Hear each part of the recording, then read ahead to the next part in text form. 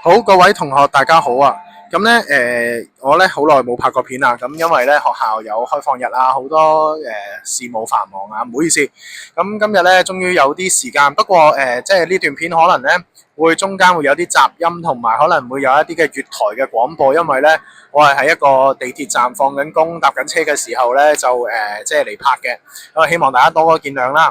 咁咧今日想同大家講呢個課題係晚明政局、同埋明朝滅亡。咁我哋呢一個重點咧就係究竟點解明朝會滅亡咧？咁通常幾個朝代都有一啲嘅滅亡嘅因素係相同嘅。咁例如咩咧？例如宦官亂政啦，跟住外戚啊、戚宦相爭啊。咁跟住另外就可能係嗰個嘅地方有軍閥割據。咁例如東漢嘅周牧，唔好意思啊。咁或者係唐朝嘅藩鎮。咁跟住搞到民變四起啊，又有黨爭啊咁樣。咁所以啦，明朝嘅滅亡咧係同乜嘢有關嘅咧？咁其實咧，首先幾樣嘢，第一就係我哋要知道咧，明朝滅亡咧係同君主昏庸有關。咁點解君主會昏庸咧？咁某程度上咧，其實係同明太祖廢相有關。係啦，太祖廢相。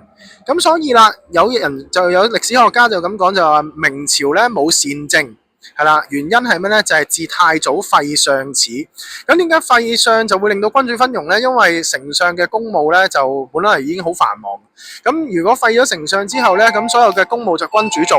咁君主做，咁你邊做得切咧？咁所以咁多君主即係都選擇咩咧？就可能就躺平啦，唔做啦咁樣。咁而因為咁嘅緣故咧，就導致咩咧？就係宦官有機可乘。係啦，宦官有機可乘，咁我哋就要知道個情況。好啦，咁第一就係明代嘅宦禍啦，咁得勢原因。咁首先呢幾個嘢要間低嘅就係咩咧？明太祖禁止宦官識字，咁干預朝政。但係成祖咧就因為宦官協助而得位嘅，即係因為靖難之變嘅時候，宦官開門俾佢，咁所以咧就俾佢哋掌握東廠咧就開始有啲嘅軍權啦，即係有啲嘅特務警察，即係特務嘅機構啦，佢哋可以有一班人去捉人哋啊咁樣啦。咁跟住去到宣宗嘅時候咧，就俾佢哋讀書識字。咁所以啦，太祖廢相，但係咧當時設立牌匾啦。成祖咧其實某程度係俾佢哋有東廠，宣宗嘅時候咧就俾佢哋識字。咁所以啦，明太祖廢相之後咧，君主總攬政務，但係中葉以嚟君主年幼或者係昏庸荒怠，所以咧嗰啲嘅處理文書咧都係由宦官去與民機要啊。咁所以咧，最後咧就對皇帝批答奏章。咁所以咧，宦官咧嘅權力咧非常之大。呢度有講幾個啦。太祖樹立呢個鐵牌，跟住之後成祖俾佢哋用東廠，宣宗俾佢哋識字。明中葉之後咧，啲皇帝唔理政事。跟住之後咧，利用廠尉咧去排除異己，即係錦衣衛同埋東廠。東廠跟住有西廠，跟住有內行即係內行廠咁樣。咁所以咧，其實明朝嘅宦官咧係嘅禍害好大，即係去到魏忠賢嘅時候啦，明熹宗甚至叫自己做9000歲啊，非常之氣焰，非常之誇張。好啦，咁究竟明代嘅宦禍係邊個皇帝責任最大呢？上堂講過啦，呢度唔重複。弄權嘅情況啦，首先英宗開始宦官嘅弄權就不斷出現啦。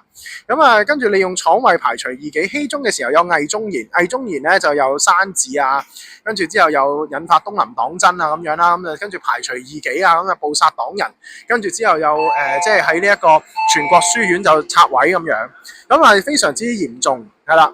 宦禍影響點咧？分成兩批人，一批咧就係依附宦官嘅。即係一批咧就係賄賂宦官、依附宦官，即係政風嘅腐敗嘅。另一批係咩咧？就係黨爭，即係東林黨啦。佢哋咧就以即係批評宦官啦，但係其實好危險噶，咁就會被呢一個魏忠賢啊嗰啲宦官咧就會去即係打壓。OK， 所以黨爭形成。唔好意思啊。咁黨爭嘅時候咧，咁我哋睇睇啊。明末黨爭咧就叫東林黨爭。東林黨爭係咩咧？原來明神宗嘅時候咧，大臣顧憲成被罷免，高攀龍被罷免。同高攀龍等人咧就去東林書院度講學。呢個東林書院咧就講咧就話個朝政有咩問題啊？就係啲宦官干政嘅問題咯。佢鼓勵啲學生就係風聲雨聲讀書，聲聲入耳，家事國事天下事，事事關心。所以佢哋係比較有風骨啲嘅。即係佢哋就會批評宦官。宦官就覺得佢哋係即係針對佢哋啦。所以咧就兩黨嘅人咧就勢不兩立。